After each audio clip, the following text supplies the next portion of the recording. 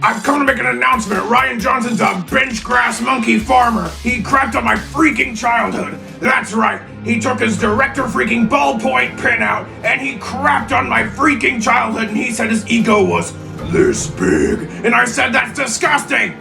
So I'm making a call-out post on my YouTube.com. Ryan Johnson, you got a small brain. It's the size of this walnut except way smaller. And guess what? Here's what my brain looks like.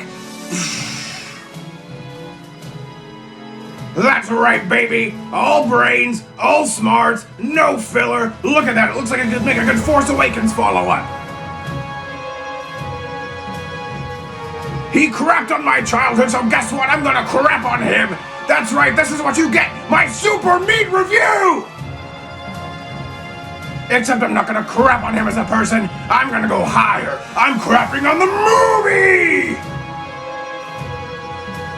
How do you like that, Mickey Mouse? I crapped on the movie, you idiot! You have 23 hours before the crap droplets hit the freaking earth. Now get out of my freaking sight before I crap on you too. Hello and welcome to a very special episode of I am the Eggman, they are the Eggmen, I am the Walrus, Goo Goo Gajoob. So if you guys didn't know, I'm a bit of a closet Sonic the Hedgehog fan. I mean, you probably should have known because I literally came out of musical retirement to do a Saxon vocal cover of the end credits theme from Sonic Colors. And I say closet fan because it's really no secret that these games are pretty terrible compared to the much more popular Super Mario franchise, but where most Sonic games fail in gameplay, they make up for in their interesting lore and world building. A complex plot involving closed-loop time travel? Okay. Closed loop. A complex plot involving closed-loop time travel in which an extra-dimensional being was split into two halves, and should the two halves reunite, they would destroy reality as we know it, and one half is locked away inside an emotionally repressed 17-year-old girl whose tears would unleash it upon the multiverse. Plumber saves Princess from Turtle. A loner with amnesia looks for answers about his past, ultimately discovering that he's a laboratory experiment from 50 years ago who lived on a space station before the government cut the project's funding and sent soldiers to kill everyone on board, including his best friend and I guess kind of his niece, Maria. He remembers that her last words were to help the people of Earth and resolves to do it his own way. Plumber saves Princess from Turtle. In space! You get the point. I say all this to say, as a fan of the stories from the games, I was more than a little disappointed when the first movie turned out to be just like a glorified road trip that didn't really use many elements from the original games. Instead, it created this entire new universe, entirely new origin, backstories for all the characters and environments. It wasn't a whole lot like the games at all. And don't get me wrong, I absolutely adore that movie. I'm a huge fan of the found family trope, and Sonic is characterized perfectly. But even though I enjoyed Eggman's character, he's really just Jim Carrey playing a slightly less mentally stable Jim Carrey. So when the sequel promised to deliver on more elements from the games like Tails, Knuckles, and a more classic look for Eggman, I was cautiously optimistic. I walked into that theater with high hopes. And I'm happy to say I was still blown away. You can feel the love for the source material in every frame of this movie. There are more references to the games than I can count, and most of them aren't even overt references either. Literally any moviegoer will recognize, I gotta go fast! But will they notice the triple fist bump from Sonic Heroes? Or the multiple references to Sonic being a terrible swimmer? Or Knuckles reshaping the Master Emerald? Or the formation and subsequent name drop of GUN, G-U-N, the Guardian Units of Nations, that perfectly foreshadows foreshadows the mid-credit scene with Project Shadow? Probably not, but I absolutely love it. I have not had a movie experience like that in forever. Excitedly giggling like a little girl at every single little reference, excitedly slapping my little brother's leg in the theater like, oh my gosh, does that mean that we're gonna get like X character or X plotline? Oh my gosh, it's happening! It was such a rewarding experience to know the lore and to be able to be like, hey Gavin, hey, you know, this is a reference to this game or to this plotline from the game. It was so great. You know, like in a world post The Last Jedi and WandaVision, I forgot what it was like to be rewarded for being a fan of something. And now, a recap of the movie brought to you by VoiceOver Logan, because I'm not gonna get my camera back out. Egg Doctor uses the Sonic Quill to make a distress beacon to get off the Mushroom Planet. Punchy the Porcupine notices and comes through a ring portal. He asks the Egg Doctor just where he found that quill. He wants the Egg Doctor to lead him to the quill. and then the Egg Doctor, he told him that he will. Back on Earth, Sonic the Drive-In gets his butt handed to him by Clifford the Big Red Rage Monster until Freak the Butt Copter hits him with a car. Sonic escapes with Inquisitails' help, and everyone goes to look for the Master Emerald. There's a dance scene, there's a wedding scene, Cyclops from X-Men punches the groom and reveals his new Doctor Strange powers, Sonic the Hedge and Miles the Morales come through and get captured by government agents. Oh, and I almost forgot, Cody and I accidentally predicted this in Super Sith Bros. In parentheses, I'm going to federal prison. That's the main takeaway. I feel like that earns a sub, but that's just me. Ben the Schwartz feels bad about almost getting Colleen the O'Shaughnessy killed and runs off to fight Idris the Elba and Dr. Carey Robotgem. Egg Doctor steals the Master Emerald because of course he does, and the three furries team up to get it back. When all hope is lost, the Master Emerald breaks apart and out pop the 7 the 7 Chaos Emeralds, granting Blue the Clue unlimited power! And turning him into Golden Shower. Golden the Shower beats Eggs Benedict and turns back into Blue the Blur, and the three furry friends promise to protect the emeralds as the new generation of Sonic heroes. This movie is a straight-up love letter to the fans. It rewards you for knowing the lore, while still introducing the lore for new viewers. Like, these references clearly won't mean anything to the average viewer, which would normally be a problem, but it's less of a, you won't understand the movie, and more of a, if you know the lore of the games,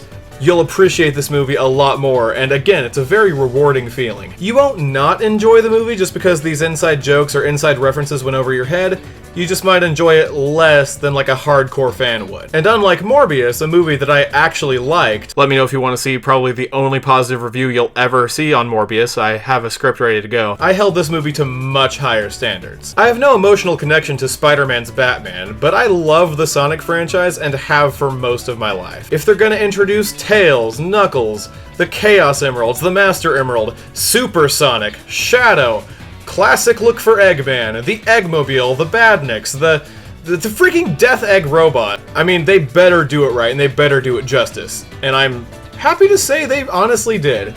Way more than I was expecting they would. I can't possibly think of a way they could have done it better, and that's pretty shocking to me. But enough gushing. Time to talk about my concerns for the movie and how they were either addressed or confirmed. Because as much as I love this movie, it does have its fair share of flaws. Actually, let's get the flaws out of the way first so I can end this video on a positive note. I heard one spoiler-free preliminary reviewer say that the scenes with human characters really bogged down this movie, but as someone who loved the human characters from the first movie, I instantly disregarded that review. I figured it was just someone who didn't care about them from the first movie and like exclusively wanted to see the CGI furries. Upon watching it for myself though, I could tell the reviewer was not talking about Tom and Maddie, the characters I loved from the first movie. It was in reference to the annoying police officer Wade and Dr. Robotnik's totally not raging homosexual assistant, Agent Stone. Literally one line out of Wade's mouth was funny and he was the comic relief. So that was pretty rough. And Agent Stone's simpery for Dr. Eggman was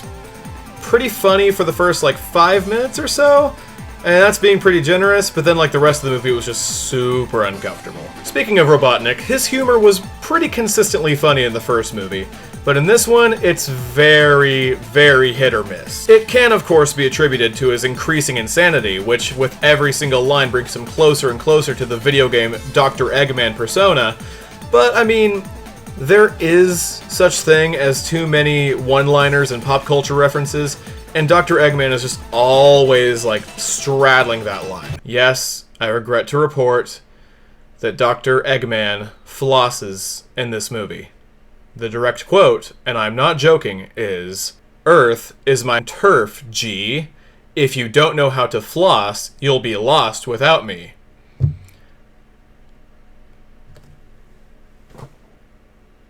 Genuinely awful. I mean, yes, Eggman flossed once in this movie, but in the first movie, Sonic flossed twice. So hopefully, in the third movie, there will be zero flossing. Please, God, no more flossing. There's also a bunch of stuff I was worried about going into the movie that ended up being way better than I expected. Sonic is left home alone when Tom and Maddie go to Rachel's wedding. Rachel, Maddie's sister and Tom's sister-in-law, is one of the only characters from the first movie that I did not like at all. When I saw in the trailers that a major plot point would circle around her, I was extremely worried that this would be the thing that detracts from all the CGI furry shenanigans. And I am extremely happy to say that I was wrong. Her revenge scene against Randall was not only hilarious, but it was the first time in that movie that I was freaking out in the theater. The Olive Garden guy, yes, that's what they call him, from the last movie introduces the GUN, like I said earlier, the Guardian Units of Nations, which was that big, like, oh my gosh, we're getting Shadow! Like, it was that moment. Which is a pretty huge deal if you're a fan of this franchise. I was also extremely nervous for Tails' characterization. His scene at the end of the last movie made him seem a little too confident, a little too in the know, you know? He's not supposed to be confident. He's supposed to be the timid little kid who thinks the world of Sonic and follows him around everywhere, you know? He's supposed to be like the little brother. Compare and contrast that to the end of the first movie, which goes out of its way to establish that Sonic is still just a kid who has a long way to go before he's really confident in learning the ropes. At the end of the first movie, I would not have thought that, like, Sonic was at the stage of his character progression that he could be like the big brother, the big confident brother figure to Tails. But literally, all those fears were unfounded because their relationship was portrayed perfectly. Tails' anxiety and inexperience really forced Sonic to step up to the plate and be the mature older brother figure, while still keeping in line with the plot point of how he's still a little kid and still needs to take some time before immediately, like, rushing into growing up. And the two of them bonding over being weird and different, I literally could not ask for a better dynamic. Knuckles was handled perfectly too, but like, from the trailers I was not worried that they would. I'm glad they nailed his social awkwardness and inexperience that comes off as unintelligence. I was worried that he'd either be too competent or too dumb,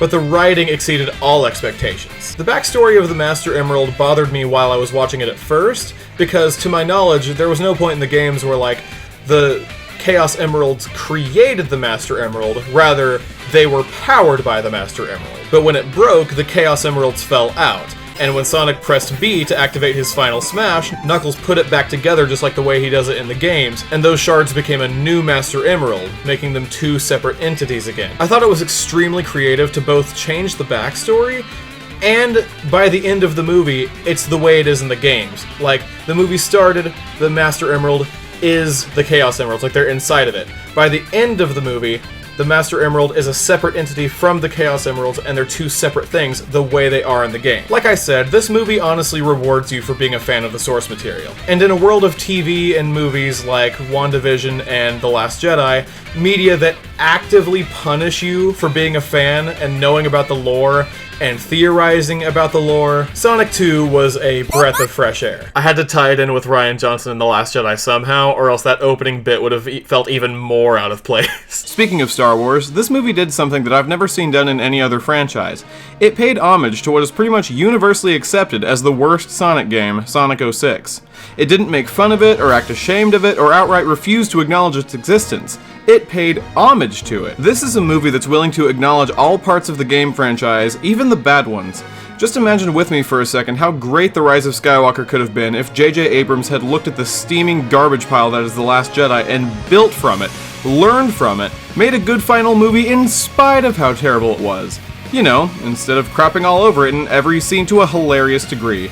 The greatest teacher failure is... Now, it's not every day that a movie makes you feel excited and hopeful for the fate of the franchise moving forward. The first movie would have worked as a standalone, but it left ample room open for a sequel, like Robotnik coming home from the Mushroom Planet and the introduction of Tails. When I found out that Tails, Knuckles, and a new look for Eggman, like the Badniks, whatever, all the stuff from the games, when I found out that those would be in the second movie, I was like, huh, I wonder how they'll fit that in with the movie universe that they've created. But after they straight up adapted one of their first games into a movie script, essentially beat for beat, now I'm just interested in knowing which game they're gonna adapt next. And with the mid-credit scene showing that Project Shadow had been in development for 50 years, which is, by the way, the exact same time frame as it was in the games, I'm willing to bet that the next movie is going to be an adaptation of the game Shadow the Hedgehog. It's actually more likely that they'll adapt Sonic Adventure 2, which is the game that focuses more on Shadow's backstory, while also including characters like